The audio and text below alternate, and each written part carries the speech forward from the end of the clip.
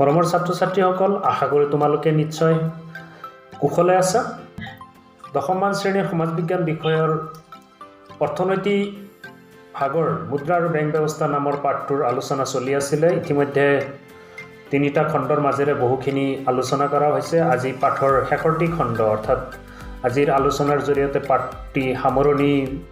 ছাত্ৰ ছাত্ৰীসকল, মই ইতিমধ্যে তোমালোকক যি 3টা খণ্ড আলোচনা কৰিছিলোঁ, অৰ্থাৎ যি 3টা ভিডিঅ' তোমালোকলৈ আগবঢ়োৱা হৈছিলে, এই ভিডিঅ' 3টাত কোনখিনি বিষয় আলোচনা কৰা হৈছে আকৌ এবাৰ মনত কৰোঁ আহা।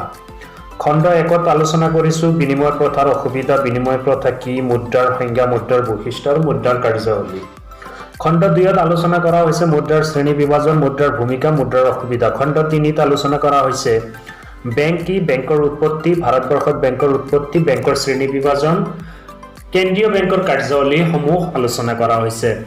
আৰু যিসকল ছাত্ৰ ছাত্ৰীয়ে ইতিমধ্যে এই 3টা ভিডিঅ' চাইছে, তেওঁলোকৰ কাৰণে 4টো ভিডিঅ' এবাৰ চোৱাৰ পিছতে মই ভাবোঁ গোটেই পাঠৰ যিখিনি সাৰমৰ্ম আছে, জানিবলগীয়া কথাখিনিৰ গোটেইখিনি জানিব পাৰিব। মই পলম নকৰি আজিৰ পাঠৰ আলোচনা আৰম্ভ কৰোঁ আহা।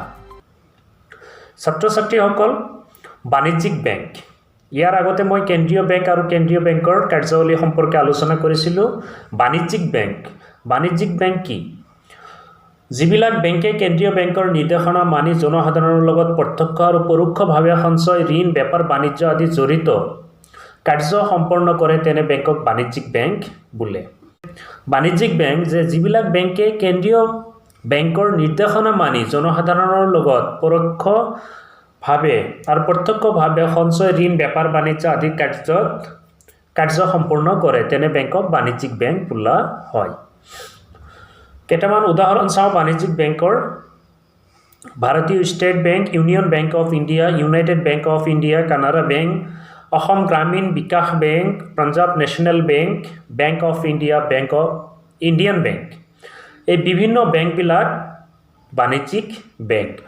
অৰ্থাৎ ইয়াৰ পৰা এটা কথা তোমালোকে স্পষ্টভাৱে বুজিব পাৰিছা, ৰিজাৰ্ভ বেংক অফ ইণ্ডিয়া হ'ল ভাৰতবৰ্ষৰ কেন্দ্ৰীয় বেংক, আৰু বাকী যিমানবিলাক বেংক আছে ইয়াৰে সৰহসংখ্যক বেংকে হ'ল বাণিজ্যিক বেংক।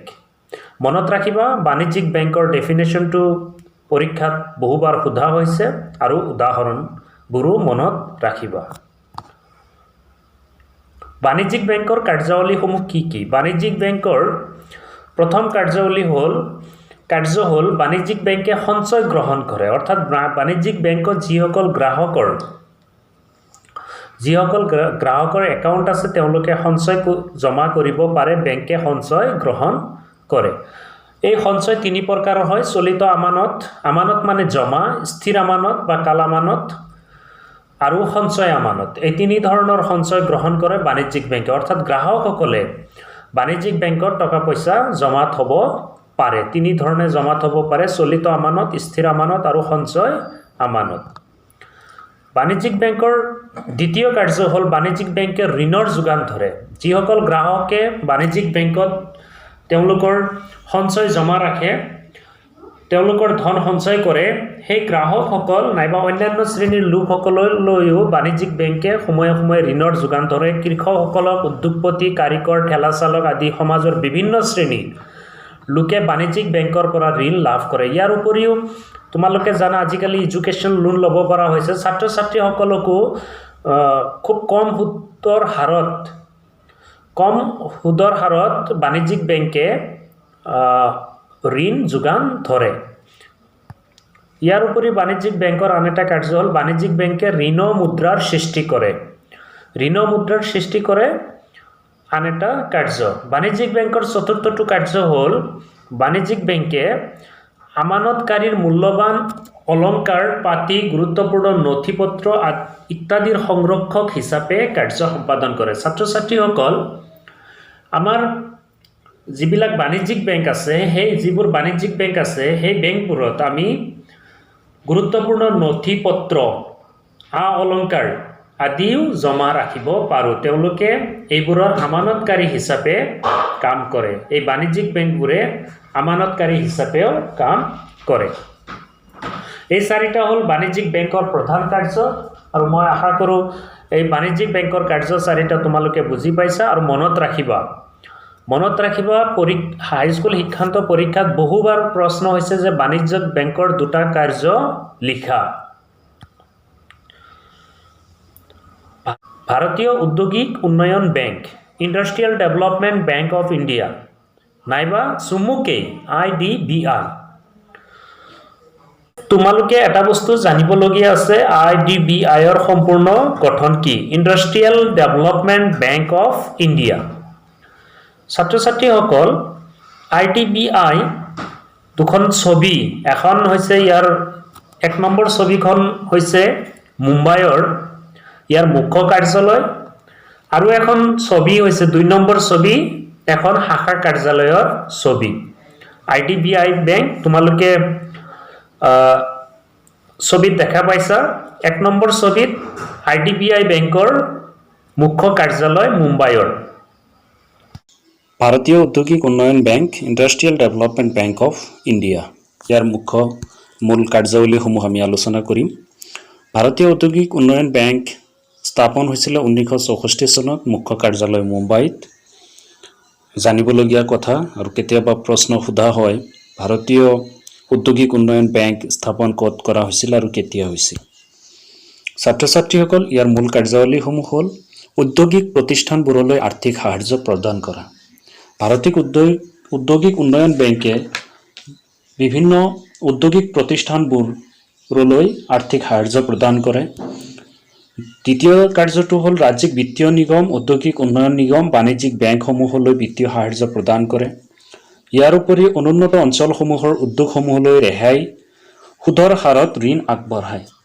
ইয়াৰ উপৰিও ঔদ্যোগিক উন্নয়ন বেংকে আমাৰ ভাৰতবৰ্ষৰ কিছুমান জিলা আছে সেই জিলাবোৰত উদ্যোগৰ সংখ্যা একেবাৰে কম সেই জিলাৰ নিবনুৱা হওক নাইবা ক্ষুদ্ৰ উদ্যোগী ব্যক্তিসকলক বিভিন্ন ধৰণৰ প্ৰশিক্ষণৰ জৰিয়তে উদ্যোগিক উদ্যম বৃদ্ধি কৰে আৰু উদ্যোগ স্থাপনৰ বাবে প্ৰেৰণা যোগায় এই চাৰিটা হ'ল প্ৰধান কাৰ্য ভাৰতীয় ঔদ্যোগিক উন্নয়ন নিগমৰ আৰু এটো মনত ৰাখিবা কেতিয়াবা পৰীক্ষাত প্ৰশ্ন সোধা হয় দীঘলীয়া প্ৰশ্ন 4 নম্বৰ বা 5 নম্বৰীয়া প্ৰশ্ন হয় ভাৰতীয় ঔদ্যোগিক উন্নয়ন বেংকৰ প্ৰধান কাৰ্য কেইটা কি কি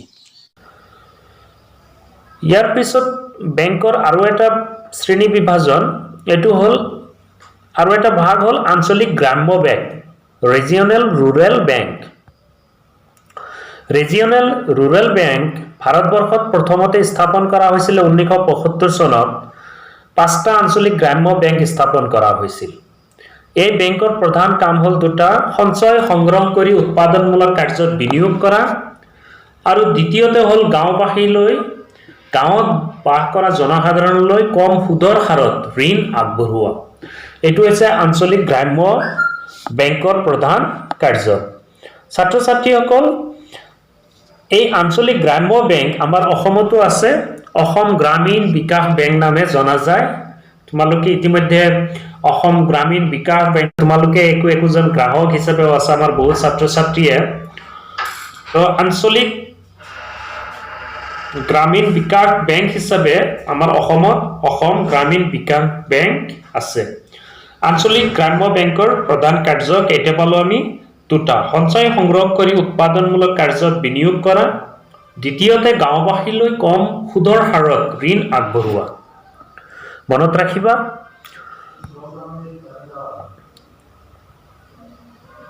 কৃষি আৰু গ্ৰাম্য উন্নয়নৰ ৰাষ্ট্ৰীয় বেংক যাক national bank for agriculture and rural development চুমুকে নাবাৰ্ড বুলি কোৱা হয় চুমুকে নাবাৰ্ড বুলি কোৱা হয় কেতিয়াবা সম্পূৰ্ণ গঠনটো লিখিব দিয়ে নাবাৰ্ডৰ সম্পূৰ্ণ গঠন লিখা national bank for agricultural and rural development কৃষি আৰু গ্ৰাম্য উন্নয়নৰ ৰাষ্ট্ৰীয় বেংক ছাত্ৰ ছাত্ৰীসকল দুয়োখন ছবি মুম্বাইৰ মুখ্য কাৰ্যালয়ৰ national bank for agriculture and rural ডেভেলপমেণ্টৰ মুম্বাইৰ মুখ্য কাৰ্যালয়ৰ ছবি National Bank for Rural Development, National Bank for Agriculture and Rural Development স্থাপন হৈছিল 1982 চনত ভাৰতবৰ্ষৰ ষষ্ঠ পঞ্চবাৰ্ষিক পৰিকল্পনাৰ লক্ষ্য অনুসৰি 1982 চনত নাবাৰ্ড স্থাপন কৰা হয়। এই নাবাৰ্ড স্থাপন কৰা হৈছিলে ৰুৰেল এণ্ড এগ্ৰিকালচাৰ নামটোতে দিয়া হৈছে কৃষি আৰু গ্ৰাম্য উন্নয়নৰ কাৰণে এই বেংক স্থাপন কৰা হৈছে। এই বেংকৰ প্ৰধান কাৰ্যসমূহ হ'ল গাঁও অঞ্চলত বিনিয়োগ উৎপাদনকাৰী অনুষ্ঠানবোৰক বিত্ত যোগান ধৰা, গাঁও অঞ্চলত বিনিয়োগ উৎপাদনকাৰী যিবিলাক অনুষ্ঠান আছে সেই অনুষ্ঠানবোৰক বিত্ত যোগান ধৰা প্ৰধান কাম, ঋণ প্ৰদান প্ৰক্ৰিয়া আঁচনি পুনৰীক্ষণ আৰু পৰ্যালোচনা, প্ৰশিক্ষণ আৰু সুদৃঢ়কৰণ কল্পে নাবাৰ্ডে ব্যৱস্থা গ্ৰহণ কৰে। ঋণ প্ৰদান প্ৰক্ৰিয়া আঁচনি পুনৰীক্ষণ আৰু পৰ্যালোচনা প্ৰশিক্ষণ আদিৰ ব্যৱস্থা কৰা নাবাৰ্ডৰ আন এটা কাৰ্য। সকলোবোৰ বিত্তীয় প্ৰতিষ্ঠান ভাৰত চৰকাৰ, ৰাজ্য চৰকাৰ, ৰিজাৰ্ভ বেংক আদিৰ সৈতে নাবাৰ্ডে সমন্বয় ৰক্ষা কৰে। নাবাৰ্ডে সকলোবোৰ বিত্তীয় প্ৰতিষ্ঠান ভাৰত চৰকাৰ, ৰাজ্য চৰকাৰ, ৰিজাৰ্ভ বেংক আদিৰ সৈতে সম্পৰ্ক ৰক্ষা কৰে। এই তিনিটা আছিলে নাবাৰ্ডৰ প্ৰধান কাৰ্য। ইয়াৰ পিছত আৰু এক প্ৰকাৰৰ বেংক হ'ল small industries development bank of India, চমুকৈ চিডবি বুলি কোৱা হয়, ভাৰতীয় ক্ষুদ্ৰ উদ্যোগ উন্নয়ন বেংক। ছাত্ৰ ছাত্ৰীসকল, ক্ষুদ্ৰ উদ্যোগ উন্নয়ন বেংকৰ মুখ্য কাৰ্যালয় হ'ল লক্ষ্ণৌত। এইটো মুখ্য কাৰ্যালয়ৰ দুখন ছবি ইয়াতে সন্নিৱিষ্ট কৰা হৈছে। Small industries development bank of India চমুকৈ চিডবি ভাৰতৰ সংসদৰ 1989 চনৰ চিডবি এক্ট অনুসৰি 1990 চনত স্থাপন কৰা হৈছিলে। ইয়াৰ মুখ্য কাৰ্যালয় হ'ল লক্ষ্ণৌত।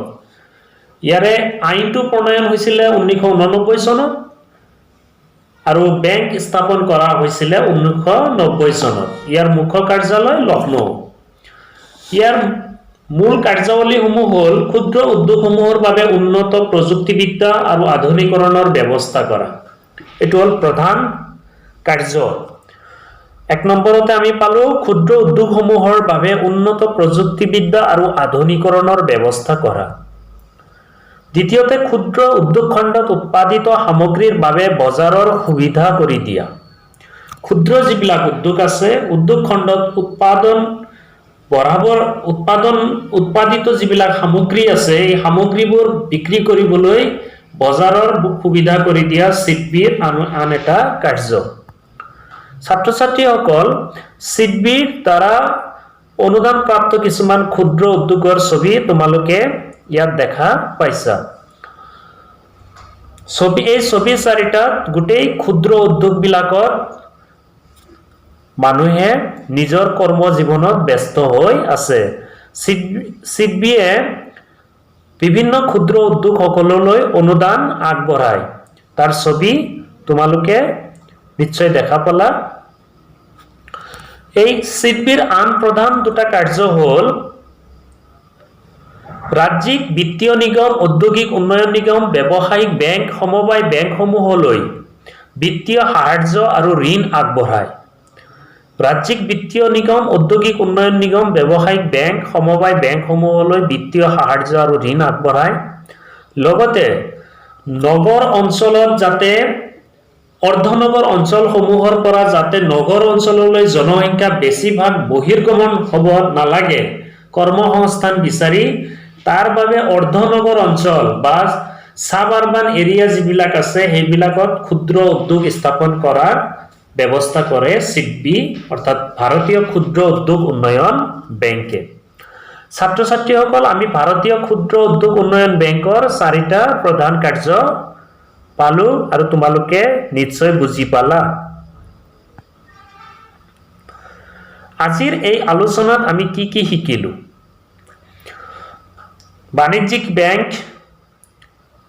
বাণিজ্যিক বেংকৰ প্ৰধান কাৰ্যাৱলীবোৰ আলোচনা কৰা হ'ল। ভাৰতীয় ঔদ্যোগিক উন্নয়ন bank, industrial development bank of India অৰ্থাৎ IDBI চমুকৈ বেংকৰ কাৰ্যাৱলীখিনি আলোচনা কৰা হ'ল আঞ্চলিক গ্ৰাম্য বেংক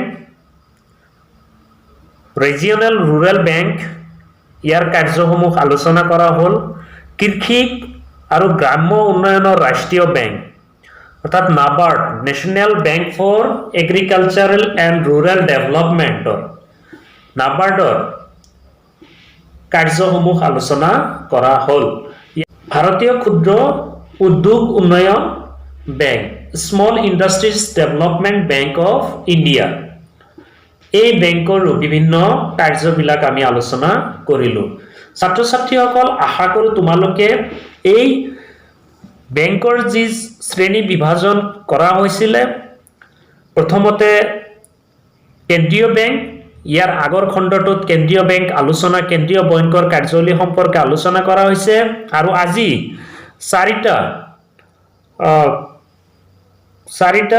বেংকৰ কাৰ্যাৱলী আমি আলোচনা কৰিলোঁ বাণিজ্যিক বেংক ভাৰতীয় ক্ষুদ্ৰ উন্নয়ন ঔদ্যোগিক উন্নয়ন বেংক আঞ্চলিক গ্ৰাম্য বেংক কৃষি গ্ৰাম্য উন্নয়নৰ ৰাষ্ট্ৰীয় বেংক ভাৰতীয় ক্ষুদ্ৰ উদ্যোগ উন্নয়ন বেংক মই আশা কৰোঁ এইখিনি তোমালোকে নিশ্চয় বুজি পাইছা আৰু ইয়াৰ কাৰ্যাৱলীসমূহ মনত ৰাখিবা লগতে ছাত্ৰ ছাত্ৰীসকল আজিৰ